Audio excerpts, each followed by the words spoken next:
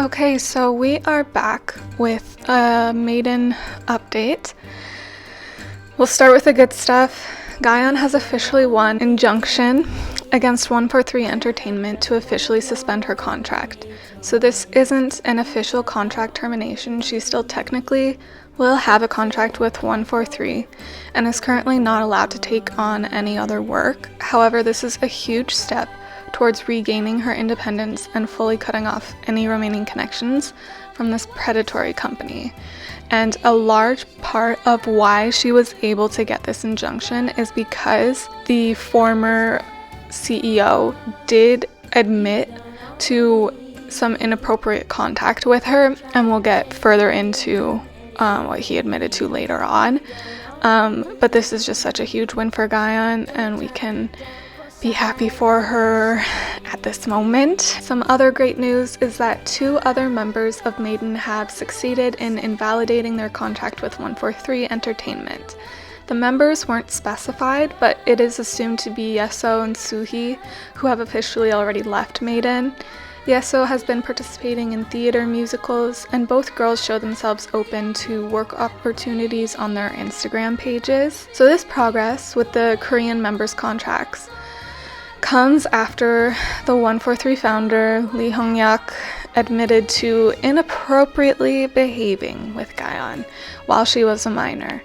He calls it a one-day relationship, which I think is a disgusting way of twisting what is actually simply sexual assault directed at a girl that he has known since she was a young teen and has been grooming and was waiting for an opportunity where he thought that he could get away with assaulting her. The fact that he could even make a statement trying to minimize a crime that he committed, saying it was a one-day date. You don't get to date somebody non-consensually. You don't get to date a minor for one day. I also want to be clear that the boycott against 143 Entertainment is still in full effect, despite the progress that we have made with the members' contracts. The Korean members have found ways to escape from this disgusting company because Korean citizens do have more rights legally, especially when it comes to contracts in the entertainment industry. But it's no coincidence that it is the Japanese members who are left in Maiden. They are literally trapped. Of course, I would love to support them.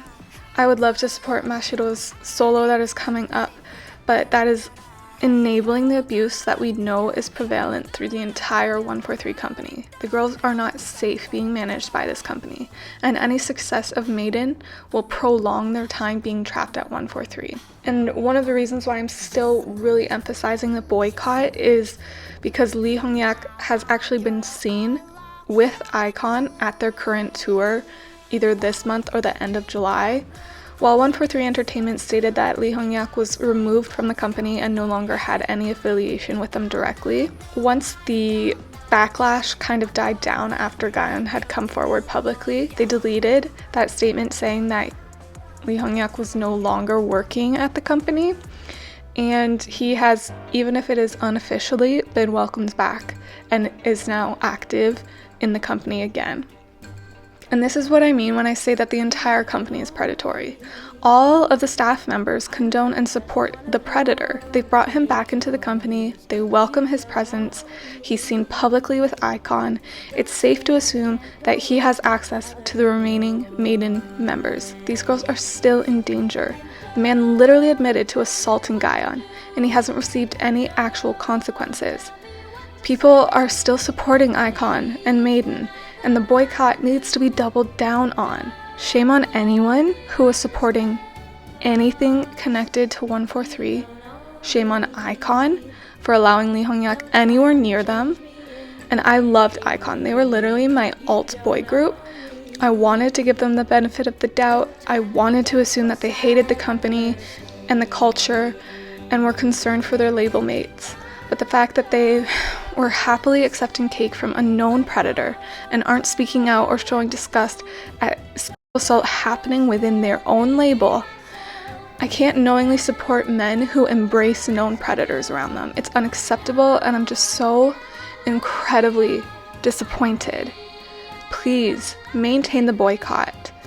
Boycott iKON, boycott Maiden, boycott Mashiro's solo debut. It hurts my heart not being able to support these girls, but it is way more harmful to watch them being stuck in an abusive company and work environment.